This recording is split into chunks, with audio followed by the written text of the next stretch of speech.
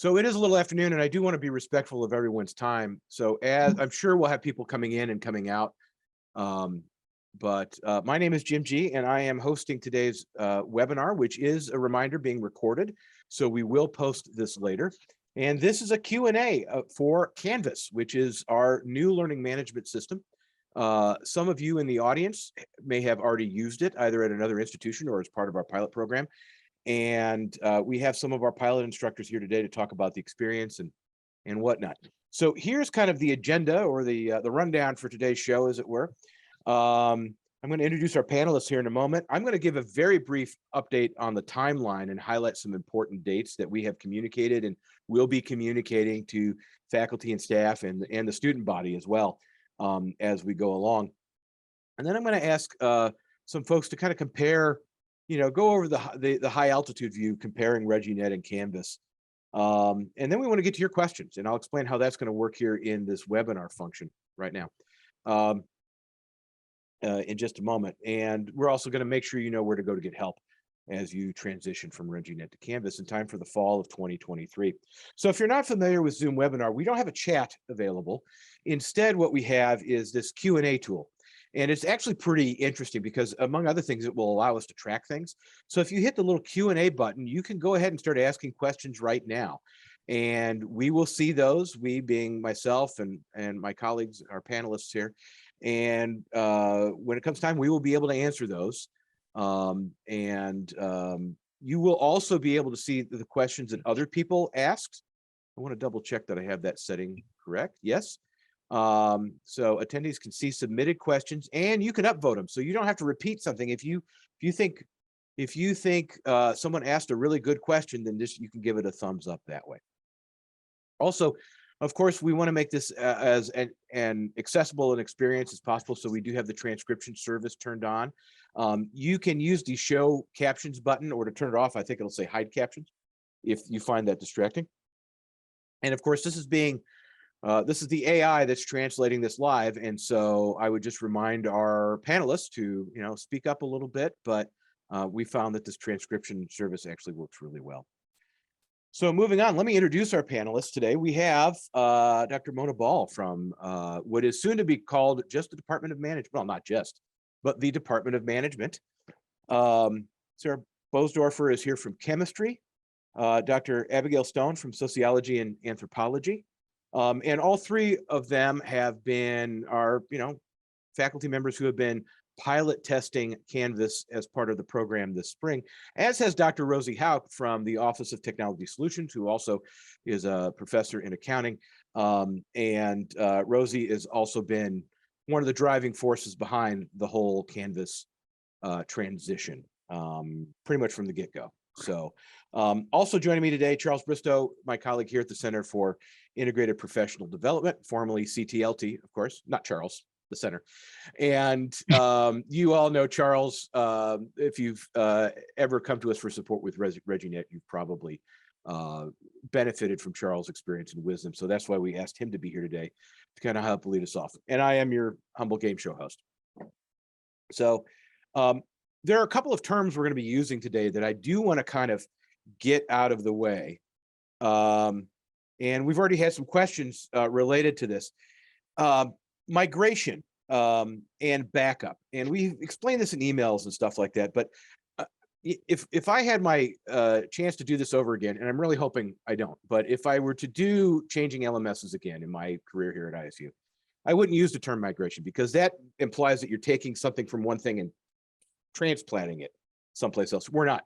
When we talk about migration in the context of ReggieNet to Canvas, we're talking about taking an automatic process where we receive some information from you, the instructor, about what the course is, and then we have contracted with a vendor to automatically copy that, translate it from ReggieNet speak into Canvas speak, and put it as a separate course in Canvas for you with the prefix migration. That is a process that takes several weeks.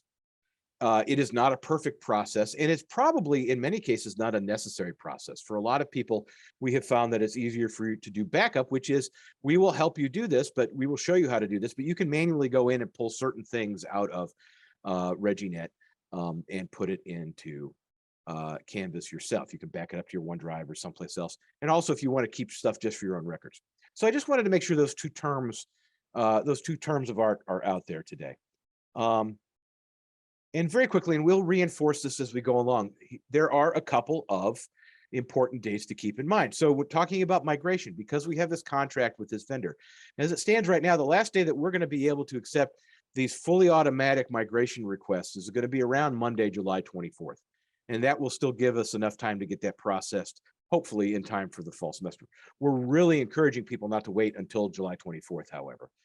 So migration requests have opened back up. They opened up a couple weeks ago. We'll be continuing to remind instructors about that you can go in and request that. We got plenty of slots left, so there's no problem. We just need some specific information. And you'd probably also need to know that there are some limitations on what's going to get transferred over. So we may go over that a little bit later. ReggieNet will not be used for teaching in the fall. It is dealer's choice this summer. If you're a summer instructor, you can teach with Canvas or you can teach with ReggieNet. We kind of came up with a nice, elegant solution, which is that whichever one you publish, that's the one your students are going to see. We encourage you, if you're teaching this summer, to also communicate with your students and tell them which one you're using. But ReggieNet will go into a read-only mode on the Friday before the fall semester begins. And the only reason why it's so late in August is that it is the Friday after grades are turned in for the summer courses, because all those summer courses don't get, the grades don't get turned in until mid-August. And after that, you'll still be able to go in, see everything in ReggieNet, pull stuff out of it, but you can't change anything. You can't add people to ReggieNet courses or anything like that. And of course, there are no fall courses created in ReggieNet right now. Classes begin the 21st. And again, all classes are going to be using Canvas, and we will have, by that point at our center, have offered a lot of professional development and training and learning opportunities for you, and we'll be on hand as things start to support you, as will our colleagues in the Technology Support Center. And then Thursday, November 30th is your last day to get anything out of ReggieNet. On December 1st, ReggieNet goes bye-bye. We're not entirely sure what that looks like, but we know that most people will not be able to access ReggieNet after that. And our contract with the vendor that hosts ReggieNet will probably expire soon thereafter. So with that, I know that was a bit of a brain again, 3, 2. I know that was a bit of a brain dump. However, I'm going to stop sharing my screen and let's begin our discussion. We've already had a couple of questions answered in the Q&A. I see Charles has been answering a couple. If I've requested migration, when will I be able to see them? And that's a bit of a complicated answer. It is taking a few weeks. In fact, you could almost call it several weeks. So that may be a judgment call that if you are waiting on something for a summer course, depending on when your course is running this summer, you may find yourself needing to teach with ReggieNet if we're not able to get all of that migrated content over. Of course, you can also, the course shell is there, so you can also populate that yourself.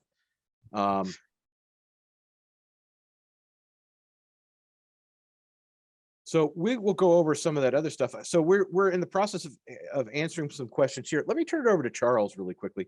Charles, can you kind of give us, before we go to our actual pilot instructors, I'd actually like to ask a question that I originally asked you a year or so ago when we did a webinar like this, when we were shopping for a new learning management system, and what a difference a year makes. But what are some of the high altitude kind of broad strokes differences that instructors are going to encounter in using Canvas as opposed to ReggieNet? That is a good question.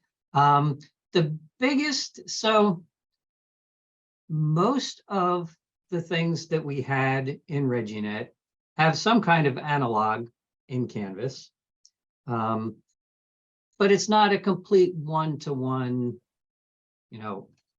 absolute, what's the word I'm looking for? Comparison or mapping. So I think a couple of the biggest things are the way assignments and the grade book work together, in that Canvas uses assignments, the term assignments, in a couple different ways. it uses it in the sense of what we were used to in ReggieNet, where it's a place where students can go to find instructions to do a particular course activity, hand in a paper electronically, that sort of thing. But Canvas also uses it in a bigger sense of where it includes anything that a student does as almost anything that a student does as an activity for a grade. And that will include what we think of as traditional assignments, tests and quizzes, graded discussions. I'm trying to think if there's anything else off the top of my head, but all of those fall into this larger assignments. I call it a bucket, for lack of a better term. And it's also where you can control, where you end up controlling some of the setup of the grade book and the grading structure for your course. So you don't do it directly in the grades tool like you may have been used to in ReggieNet. You do things like setting up what it calls assignment groups, which correspond to categories in ReggieNet, and weightings and things like that are actually set up in the assignments tool, the big bucket, rather than in the grades tool. The grades tool really is something that you think of as just where the students go to look at grades, and the grade delivery piece, but the setup is elsewhere. So that's kind of one big difference. The other big difference, I think that people have a little bit of trouble getting their minds wrapped around is what happens to ReggieNet lessons pages. So lessons in ReggieNet were a way to present content to students in some kind of ordered fashion. And there's not an absolute one-to-one correspondence with something in Canvas. There's a tool called modules, which allow you to present content to students. And in the migration process, most of what was in a module or what was in a lessons page does get put into a module, but in different ways. There's another tool in Canvas called Pages, and that's where you can create and present text and images and embed videos, things like that, that kind of look like the content of the lessons pages, but then you incorporate those into a Canvas module along with links to other learning activities in the course. And I'm wondering if it might not be a good idea to just show one real quick, just so you can get an idea of what I'm talking about. So I am going to go ahead and share my screen. So this is my sandbox course. That was the dashboard, by the way. Let me go back. So you'll see all your courses here, published and unpublished. So that's kind of like ReggieNet. Students won't see a course until it's published. You can put a little picture on it. You can overlay colors. We won't get into details, but there's my modules page. So this is a module, and I have a couple different examples here of things that are labeled different ways. I copied some things, but I have one here labeled Monday. And then within the module, this is a page. So I can click on the page and, well, that's not a real good example, but I've just thrown a bunch of junk in here. Images, I've embedded a video, but then we can move on. And there are also links to, this is a link to an assignment. And if I actually go back to the module itself, oops, that's not where I wanted to go. The module itself, we can see that there's an assignment with this little icon. There's a discussion here. This portion of the module has several quizzes in it. So you can see you can build a module including pages and links to other elements in the course. You can indent and things like that. So I think that's one of the biggest differences. On our page, our website, we do have a comparison of ReggieNet tools to Canvas tools and what the sort of the analogs are with links to information about how to use each of these. So all of these are, this is all available, and you can get a comparison of what's going on. And haha, I'm confused about files, pages, and modules in Canvas. How are they used?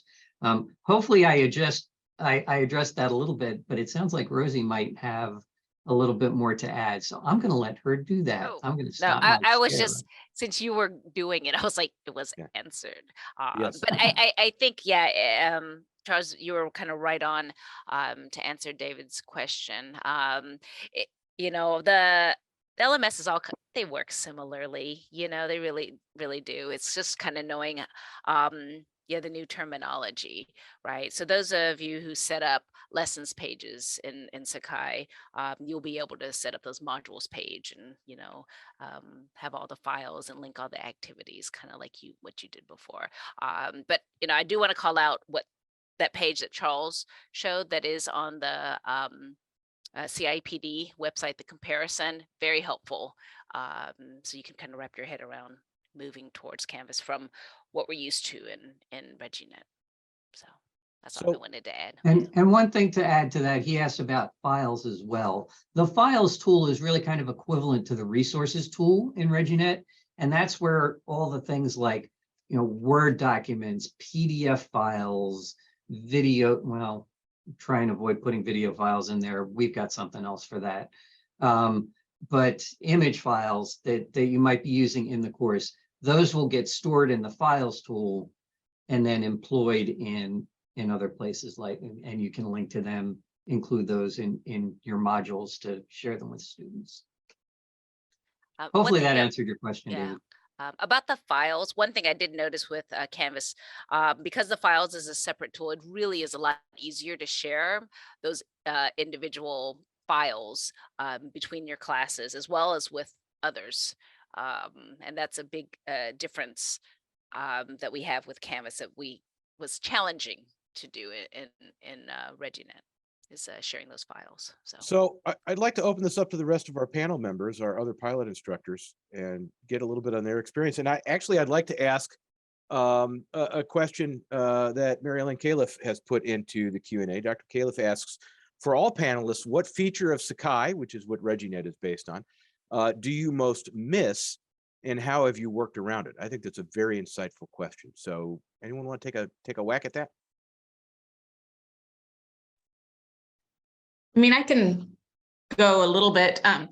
The thing that I miss most is I found it much more intuitive and much more easy in ReggieNet to put pictures and videos in places and embed them next to text in ways that looked good on a computer screen. And maybe I'm just not experienced with Canvas, but I found that more difficult to do in Canvas. And that may be because Canvas is more translatable to kind of mobile apps and things like that. So they, you know, they're not assuming that everybody's looking at it on a big computer screen.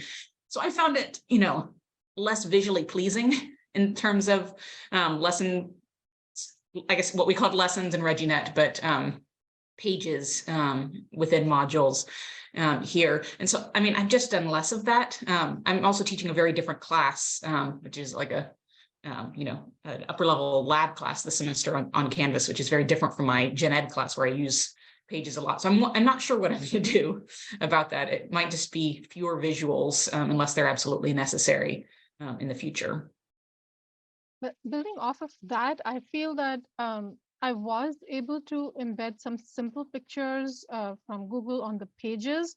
So the pages format, when you edit a page, it gives you options to embed pictures. The key thing is to first save those pictures in the files folder. At least that's what helped me. Instead of bringing the link directly in. So if there is a picture we're interested in, I downloaded it in the files folder. And then from there, I migrated it into my pages folder. And I can share with you what I did. Very basic thing on my current strategy course. It's a capstone course. So when I created my homepage, all I wanted to do was bring in these pictures, modules 1, 2, and 3. I downloaded them from, you know, from Google, and then I added links to these pictures. And now if students hit module 1, they go straight to module 1 in the modules page, and so on and so forth. So yes, again, I do not use videos and pictures. Well, I do not use pictures very widely. I do use videos, and I don't necessarily have to embed them in Canvas for my class. So that's less of a challenge than Abigail. So yeah, it's a learning process to that extent, to what kind of pictures and what sizes can we include and embed. At least that's been my experience so far. Sarah, how about And- you? Did you have a, Go ahead, Jim. well, I was just gonna say, Sarah, did you have any observations on the translation between Sakai and? Well, one tool that I found that that doesn't translate real well that I do use is the blog tool. Because I do like to have students do reflections, and I don't want it to be like in one course, it's like a weekly reflection, and I don't want it to be a different assignment every week. I just wanted them to, hey, this is what you said, and then I can comment. And so it was quick in Sakai to just do the blog tool, and that doesn't exist in Canvas, but you can create a discussion board that is only for the student if you want it to be really personal. And then you can reply and things like that, and they can just reply to themselves, keep replying to themselves in that discussion board. So it becomes like a blog tool. You just have a lot of you create one discussion per student, basically. It's one discussion board for you, and they only see one, but it's got little links. So that's one. And Mary Elaine, I will say that I do use the checklist, but I don't use it until the fall in the course. So I have not found a way to use that as well. I did like the checklist idea to give students ideas of what they should be doing rather than assigning it some things, and I have not found a solution for that yet. But that wasn't in the course I was teaching this semester, so. Great. Did anyone have anything else to add on the translation? I think I cut someone off at some point. I apologize for that. Are we good? Okay. I mean, I can mention one thing I do like. In the grader in Canvas, when you're grading essays, there's a lot more tools. And so instead of just seeing it and being able to comment on the side, you can actually do comments in their text and highlight. And you can even like use a little marker and like circle things and basically draw on their page. So it's much more free in terms of how you can communicate things to students. And I find that very helpful. And I'll answer the discussion question. Somebody asked, did we use the discussion feature for like an asynchronous course and like using it graded? I did, I have it planned for the summer, my summer course as well. It works actually better than, what I don't like about it compared to Sakai is that it is easier to when a lot of students started to post, that thread was much smaller, and so they could scroll down to find the next list or click to open up the list. Whereas in Canvas, it's just kind of one discussion just becomes this long running discussion. It does thread them in that it indents them, but it's not collapsible quite like it is in ReggieNet, where it's real easy to kind of see who replied and things like that. So if you have large groups, that can get really long. So you have to keep the group small, or you can get some really, really long discussions. But the grading aspect is really much better. I used to use rubrics to grade in Sakai and try to do it with discussions, and it was a mess. I would get into like, sometimes it would work, sometimes it wouldn't, sometimes it would groups. And so I had troubles with that. I have no problems now. The rubric can attach. The only other thing is if you put a due date on it, the due date would be like, if you want them to post multiple times, you can only put one due date on it. So it might be when the discussion ends or when it begins. So the due date piece of it's a little confusing if you want students posting a few times in it. You would just need to communicate to your students how that due date, if you're going to put a due date on it, how that due date appears. Like it's the end of the discussion, or it's when the first reply is due, but you can keep discussing it and things like that. So I find it very useful. No problems. Thank you. I want to quickly address a couple of other questions that I see in here. One of them might have just disappeared. Let's see here. We had a question about And I do want to, by the way, you can go to the Q&A tool if you don't have that open, and you can see some of the questions that have been answered using text, but we will try to highlight some of those. I'll ask people if there's one that they answered that they think is particularly noteworthy. Let me share my screen again very quickly, though.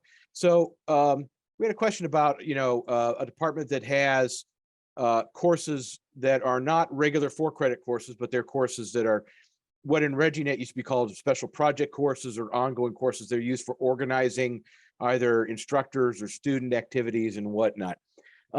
Those in Canvas are called special use sites, and you can request to have those. If you go to our center's website, prodev.illinoisstate.edu, the old ctlt.illinois state will still work too. Scroll down to Canvas, and this will take you to our main Canvas page. And you'll see these quick links over on the right-hand side of the screen. And this has an awful lot of useful information linked here. Everything from combining courses, which we will talk about here in a moment, I suspect. But I'm going to go down to special use sites. So if you have an old site that you want migrated, one of these special use sites, one of these non-4-credit courses, you can go down here. We have a bunch of information on options, but we have a couple of different things you can do. First of all, if you want to use Canvas for that, you can request to have a brand new course shell put in for you. So whoever had that, that's the way to do it. If you have old content in ReggieNet that you want migrated over, you can put that request in as well. Again, until July 24th, largely. However, there are also some other alternatives. So one person I think had mentioned, if I remember seeing the question correctly, I want to use this for newly admitted students. Well, until students are actual students, they won't be able to access it. So they have to be, so Canvas, one big difference is that Canvas can only be accessed by people who are currently employees or students of Illinois State University. That's different from ReggieNet. It has to do with the license that we have with Canvas versus the instance of Sakai we were running. And so that's why you'll see some of these alternatives listed here. I saw another question in general about, let me go back to our main Canvas page. I saw one question in general, can I get help setting up something?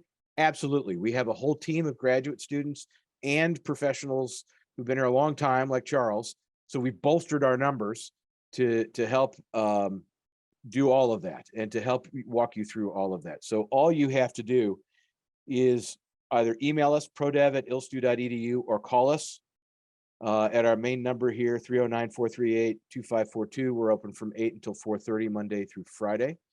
I also keep an eye on things on the weekend in terms of emails if there's something urgent. But we'll be more than happy to set up a one-on-one appointment and walk you through some things. And one of the things I want to mention is that we do have workshops scheduled now for May, a little bit May and June. So we have a new slate of Canvas workshops. We actually have a couple new topics that are going to be added later today. So keep an eye on your inbox because there will be an announcement coming out later this week about that. So when will new faculty gain access to Canvas? We have new professors who start in the fall. I'm not even going to attempt to answer this one. Who wants jump ball, Rosie or Charles? All right. Charles is typing, or I can start. What I think that's one that we need to. I think that's Yeah. one we need to talk about. Yep. Yeah. Yeah. So, like Jim mentioned, for new faculty, new students, once you're onboarding, so there's the whole HR side of things, right? Once a new faculty goes through HR and they get assigned everything they need to, right? We can't bypass that part. However, once HR does their things and they get vetted and then they get assigned, their ISU email address and they get into the system, what we do in Canvas is we update Canvas at least once every 24 hours, if not twice. So it'll check to see, hey, do we have any instructors who are assigned to teach courses, right? And as soon as that gets assigned, it gets updated in Canvas so that instructor, gets access to that course shell, right? And so it depends on, HR kind of moving through, but then also for your department to assign instructors to the right courses, right? So it's pulling on other systems, but Canvas is set up to automatically update once those pieces of data are entered by your department. And that second step, or that second set of criteria, that's nothing new. That has happened in ReggieNet for years, that we would often get questions from people. I don't see my courses in ReggieNet. Well, has your department assigned you to teach the course yet? No, you need to talk to them.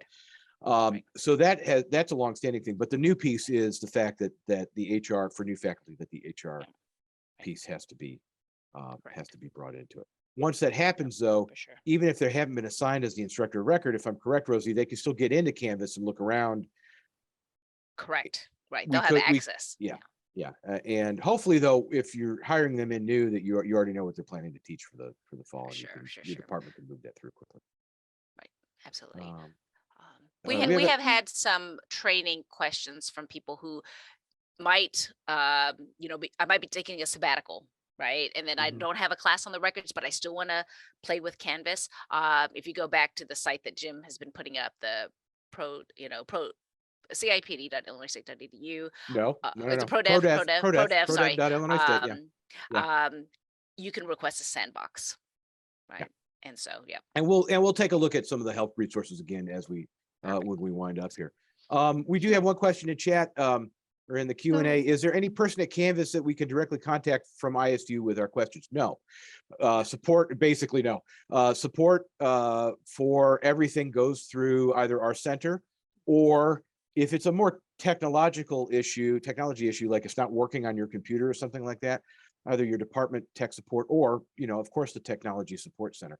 And students also should you should send your students through the technology support center. And we'll highlight that again here in a few minutes.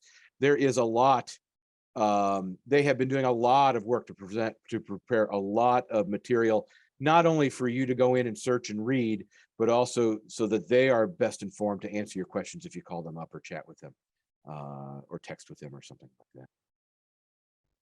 So David had a question which I plan to answer live. So if he asked about if files could be shared directly with the students, and or do we need to use pages and modules? So I just wanted to show him the building blocks on this one and how we do this. So David and others who need assistance on this one. So typically, first we populate the files here in the files section. And then when we create a module, we typically link the file. So for example, I have these are my OneDrive links that I've added as lecture videos. And then I have slides here, which I first added to my files and then created a link here while creating the module. So if we want to provide access to students for the files, I just want to be sure, can we even do that? Yes, you can. You just drag it up. Just drag it up. Yes, we drag it up, but then what I found is that creates a bit of confusion for the students if they have to access files or through the modules. So I found that providing access through modules, keeping that as a single point of access for students is helpful, because then they just might wonder which file is more relevant, the one in the module or in the file section. So just to avoid that redundancy, I did not allow access to files, but I have enabled access to the modules through which they can access all the relevant material. David, I hope that makes sense to you. And can I clarify something that was in an answer to one that I gave to someone as well? With the modules, the one thing to recognize with the modules is all it's doing is linking to things in other places. So when you add a page to a module, you can add a page at any point. You just, in a module, you click add, and I guess I can show it too on mine. You can add a page or whatever, but all it does is, like, when I click this little button right here to add something, and if I create an assignment even, or if I create a page and I want to create a page right here and it adds it to my course, it also goes in the pages link. So all modules are doing is linking to other things that you are showing your students or not showing your students, but they're there. So when you add a file here, it automatically goes in the files. Like if I click on this, I didn't organize mine. I added them as I went. because I was in that moment at the time. But there's the files I added to my modules, and they're not well organized because I didn't do it that way. But they're there. My students can't see them because they're here. They have to access them through the modules. But like even the assignments, if I hid assignments from my students, the assignments link, but I had assignments in the modules, they would still be able to get to the assignments. So like these links, if it's in the modules, just because it's, as long as it's published, they're going to get to it, even if they can't get to it directly. Now I like to have it so that they can get, if they just want to go to the assignments and they don't want to work, they know they're going in to work on an assignment and not to go through all the modules or see what else is going, they can click and go right to the assignments page and do that. So I like to have those, but you don't have to. I could drag this down and they couldn't see it, and then they would be able to do it. So all modules is something to like organize all of the content. Once you create the link, it's there somewhere else as well. So I just thought I would clarify that. I think it was Tara that asked the question. So, and I know Charles is typing a response to David, but I'm actually going to take a shot on kind of framing, and because I have not used Canvas extensively for teaching at all. I'm not part of the pilot program, but I think I'm finally cognitively wrapping my brain around the difference between lessons and modules and pages. Modules seem to be the structure, the framework, and to answer a follow-up question from David, within a module, you can put pretty much anything. You could put a page which displays information. You can link to videos. You can also put links to documents from your files. So let me let me follow up with what Eros D'Souza has said. I share my PowerPoint saved as PDFs with students. Would it be easier to do so under files or modules? So what do we think? I mean, so students can find it. I would say save it as a file, but then link to it under modules, like Sarah was saying earlier, because the modules, you can organize them by like time of the semester or unit or something like that. So students can always go, oh, this is the week that I need to go and look at this file, or, you know, these are the set of things I need to look at this period of time. And I think files storing it is interesting because you do not have to recreate resources like we did in ReggieNet. That creates a collection of documents that you can reuse semester after semester. So it provides ease of pedagogical organization on the platform itself. So I think that way files access like one point resource. So that will get copied over. Jim, correct me if I understood that correctly. We can use that resource for the next semester, and the same, we don't have to reload files unless we plan to upload some documents or slides and material. If we plan to reuse a particular document, even as professors, we can do that. For students, yes, like Sarah said, and Abigail said, that we'll need to connect it to the module for them to be able to access it. That makes sense to me, but again, I'm not as experienced, so I would defer to my learned colleagues. Sure. So what Mona said, so you have a files tool like you saw in the class, and that's the files that you guys were like, you know, unhiding or hiding. You could drag it up to show it or not. You also have files under your account where you can see all your classes and all your files, right? And so I don't know if you guys have played with that, but it's under account. So outside of the individual courses, then you have a link to all your files across all your courses. And so it just makes it easier to, you know, when a new course comes, you don't have to like transfer everything over. Like Mona says, it's just, you know, you drop the link to it, you know, into there. And I will say, if you have like resources for students, it's not really, in one class, I made a module at the very bottom of the list that was called resources. And I just started linking some things that they might want to use for assignments, but they may not use for some, like some students may use this one and some students may use this one. So in one course, the one I did this semester, I did it there's a module at the bottom and has a bunch of files listed in a page or whatever. Actually, when I'm teaching this summer, I'm trying something different just to see if I like it better. I made a page that's called resources. And then in the page is linked to those files. So like, and then I've put the page in a couple of the modules. So it's still kind of the same idea, but it's there and it's called resources. So it was just different ways of making that file folder for students to get some things that aren't directly accessible or needed for the course, but they may be useful depending on what assignment and which direction they go with an assignment. So Eros had a follow-up to that, and then we probably can move on to another topic, but just to basically indicating, he doesn't want to duplicate effort, but we're not uploading the file twice. What you're doing is you're uploading it once, and then you're pointing to it in the modules. Is that correct? Yes, yes. Yep, So- you can either add it from the modules. If you add it right then, it'll upload it. Like if you add it and create a new one, it uploads it. Or when you look at the files, you just scroll and find the one you've already uploaded and link to it. So like Right. if you upload everything all at once, you can just link to it. If you So- haven't uploaded it yet, you upload it and it'll automatically put it in your files. So in terms of what you're trading effort for, what you're doing is you're putting in a little bit more effort perhaps, but you're also making it a lot easier for your students to actually find it and get value out of this file that you've taken the time to upload. Yep. And once you've created any of your modules or, any of the assignments or quizzes, right? It's easy to take that and copy it to any other course, right? Any other course that you have. So that's something that I think even our pilot instructors will be, doing for their next time they teach. So really that first setup, once you have it created, it's easy to say, I created a module for exam 1. And then if you want to use it in another class, next semester, whatever, you can just take that module and copy it over to whatever class you want to. So Crystal is asking, and I think Sarah is typing in an answer right now, but when folks have shared their screen, it appears the modules are a continuous page that students can scroll through. Can these be released at certain points in time, or is everything in the module section open? And then they have another question as well, but yes, you can have things released at a certain time, if I understand correctly. It can also be, you have to do one module in order to see the next module. Is that correct?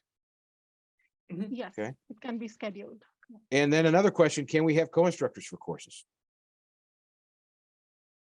Yes, Yep. the roles are termed a little differently in Canvas than they are in ReggieNet. I don't know if I think you just add another teacher. Is that right? No, I thought it was instructor. Is it instructor? Maybe Charles can look into No, that. Really the quickly. role in Canvas is actually labeled teacher. Okay.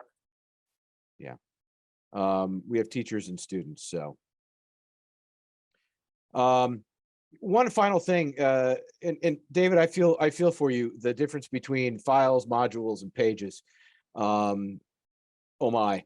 The one thing I'd like to go back to something Abigail said, and Canvas is really built on the student experience, and for whether we like it or not, students are as likely or more likely to use a mobile device, at least to first engage with this material.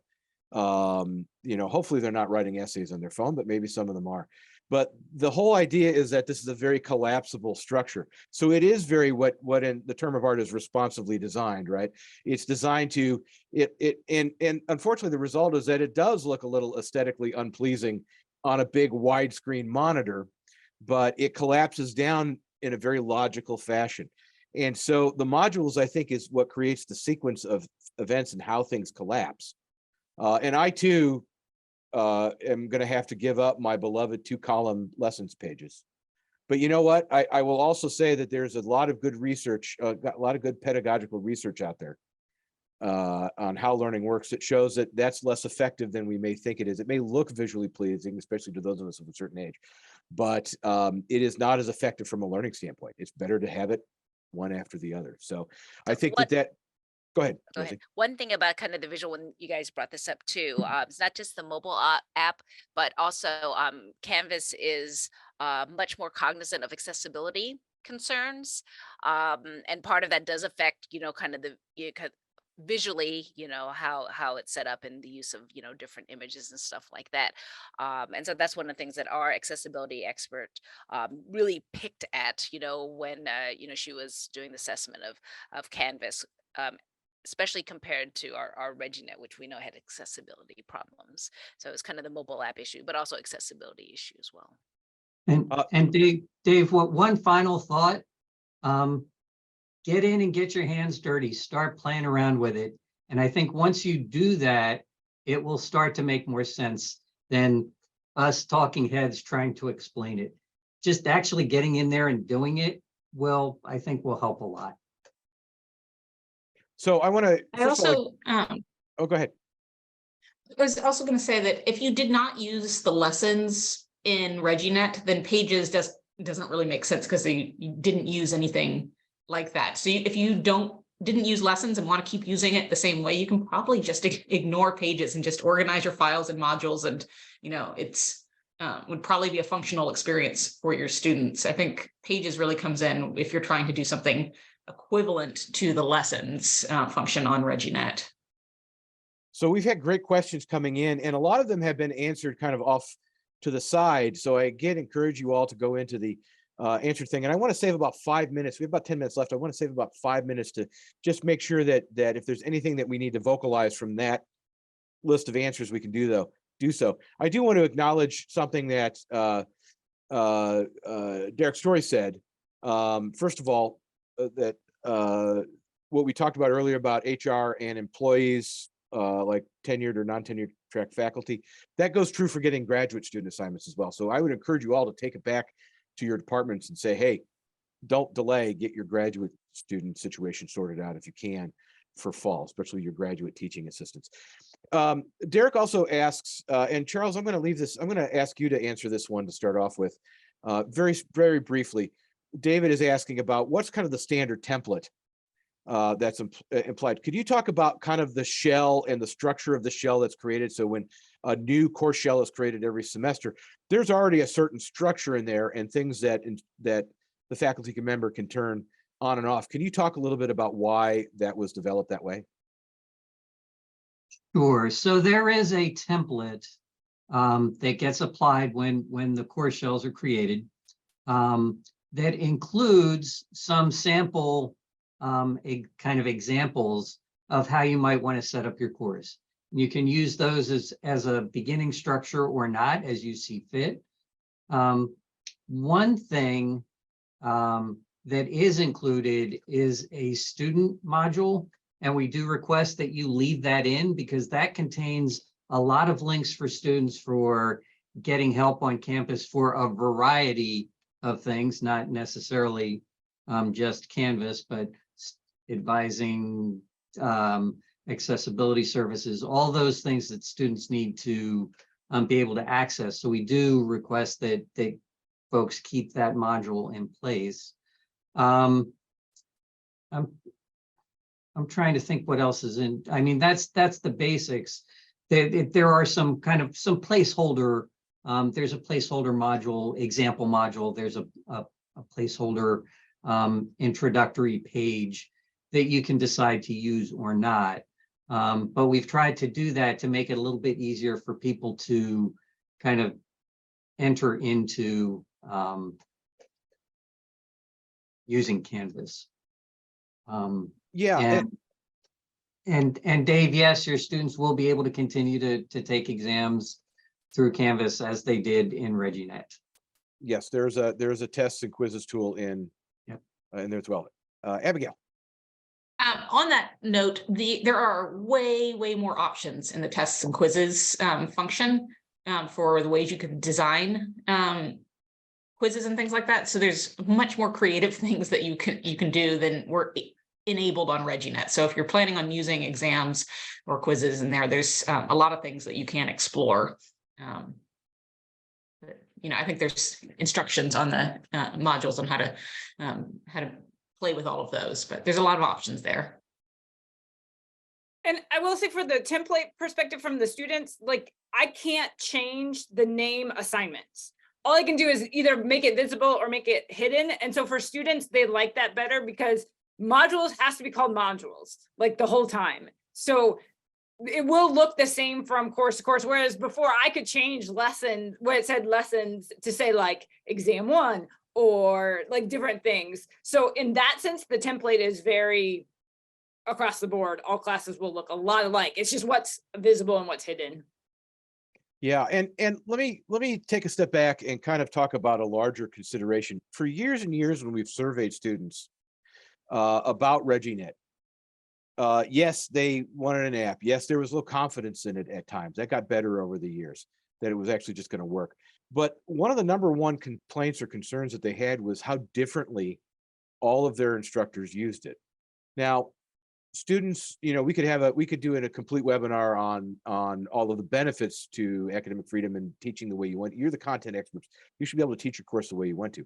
But there is something to be said about that standardized framework. So I think I appreciate Derek's question in terms of a larger consideration as well. And let me show you one thing. I can answer another question that just came in as well. This is my dashboard in Canvas. And by the way, to access Canvas right now, you just go to canvas.illinoisstate.edu. There are some links that are showing up, and will be more links showing up soon in my.illinoisstate, but that's how you can get to it. If I go into the blank shell, I haven't done anything with this yet. This is the course I'm assigned to teach myself in the School of Communication in the fall. If I go into this, there is a standard design here. Unlike ReggieNet, Canvas has 2 sets of left-hand menu items, and this furthest left-hand menu can't change. So there is a lot more standardization in Canvas already that you would not see necessarily in ReggieNet. There may be some things here that I have that you don't have because of my access to, in order to go in and grab screenshots and do communication related work. But that's kind of the thing. Under modules, I believe it is the For Students module. I think Elizabeth had asked, what's the one that we want you to keep? It's labeled very clearly as For Students. And as you can see here, the modules can be renamed something, but it takes a little doing going in here, and you can put a title in and stuff like that. I think it's helpful though to call them modules because that's what they are. So students are kind of used to using that term as well. So I just kind of wanted to share that. We have about 5 minutes left. So really quickly, I do want to sum up a little bit about what other help is out there. But for our panelists, are there any other questions that you've answered on the side that we need to verbalize, that we need to bring out here, that you want to just quickly touch upon? I think an important part of this hands-on training, training Canvas for Fundamentals is a very good tool. Second, if you want to get that hands-on feel, get your hands dirty, getting a sandbox will be very helpful. And then in the process, the most important thing is that you can view the student, you can see the student view. So as you upload, as you prepare your site, you can click on the student view button and you can see what the students will be seeing and accessing in your course. So I think that is very important tool. I use that quite often as an early pilot faculty, and that was very helpful. And that includes you're a test student, and so you can submit your own assignments and see what it looks like in the grader and things like that. So like there's a test student automatically built in. So if you go to the assignments and like type blah, blah, blah, and see it, then you'll see it from the instructor's perspective. This is something that I am so excited about. And I've been here long enough that I remember the dummy student in WebCT. I never thought I'd be talking fondly about our old learning management system, but that was very handy. So that feature, for those of you who've been around a long time, that feature is back. And they don't call it the dummy student, they call it a test student or something like that. So we have just a couple minutes left. So I would like to wrap up. A couple thoughts I would like to leave with you all. First of all, we will be quickly transcribing this and getting a recording set up, and so we will announce when that's going to happen. But let me share my screen again really quickly. I want to highlight a couple things. First of all, where do you go to get help? And one of the things that we've always encountered with ReggieNet is people kind of, you are all smart people. People who teach college courses are smart, right? You have to be. We wouldn't be here otherwise.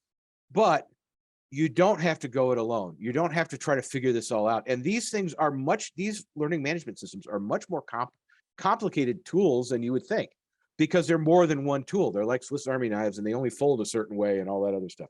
I'm torturing the metaphor, but the bottom line is, if you need help from an instructional standpoint, or if you want to access the training and learning opportunities that we have, and I'm going to show you that here in a moment in a little more depth, what Mona was talking about. prodev.illinoisstate.edu. You can just go to the main page. You're going to see Canvas plastered all over the place, but /Canvas is the direct link. If you have technology issues, if you click a button and something's not working, if you're not seeing something on the screen you think you should see, you can reach out to the Technology Support Center. Their main website is help.illinoisstate.edu. And you know what? If you're not sure which one you should go to, pick one, and we're going to get you to the other one. We are working very closely together. A lot of the resources on our center site are linking to help desk articles. A lot of the help desk articles say, and to figure out how to teach with this, go here. So we have done a much better job, I think, interlinking not only between our two halves of the house, but also with all of the community resources, which we really haven't talked about, the greater Canvas community resources that are out there as well. Help downloading the app, you're going to want to go to the help desk. And one thing I want to really emphasize for all of our instructors in the audience, send your students to the TSC. Go to help.illinoisstate.edu. There's a variety of ways for them to interact with them through an online chat and everything else. You are not expected to do tech support for your students. You never have been, but Canvas especially, one reason why we bought this is because that can get handled by other people. You don't have to do that. You need to explain to them how you intend for them to use Canvas. That's different. But from how tech support works, how to upload it on there and everything else. So checking inboxes per course, Derek asked, or these emails go through ILSTU email and are responsible from there also. You can set up, you can check stuff in your courses, however, or there's an inbox app in Canvas, but also you can send it to forward and work through your campus email as well. And the notification system in Canvas is very robust. So again, we are at time. We did get started a little bit late. Thank you for being here. I do just want to highlight one other thing, which is, can you see the website here now? Am I showing the right thing? No, No, let me try that. better. Okay. Yeah, so I apologize. I thought I was sharing that. I wasn't. So this is where you go to get help. prodev.illinoisstate.edu/canvas, help.illinoisstate.edu. Okay. And of course, this information is in pretty much every email we send out. If you go to our support page, a couple of other things, instructors can combine courses themselves in Canvas. So if you find yourself needing to combine courses, you can do that yourself. That information on how to do that is here. And again, an example of a help desk article that we link to. And the other thing is that fundamental self-paced learning. We have a complete Canvas experience for you to go through and to experience. And it's self-paced, you can jump around. But when you go into that, nope, I'm going to the wrong thing. What do I want to go to here? I want to go to courses. So I've signed up because my academic home is CAS. And this is the experience, and I can go through and learn. There's a nice gardening metaphor that our designers have used for that, Charles and his colleagues. And you can go through and learn about all the different tools at your own pace.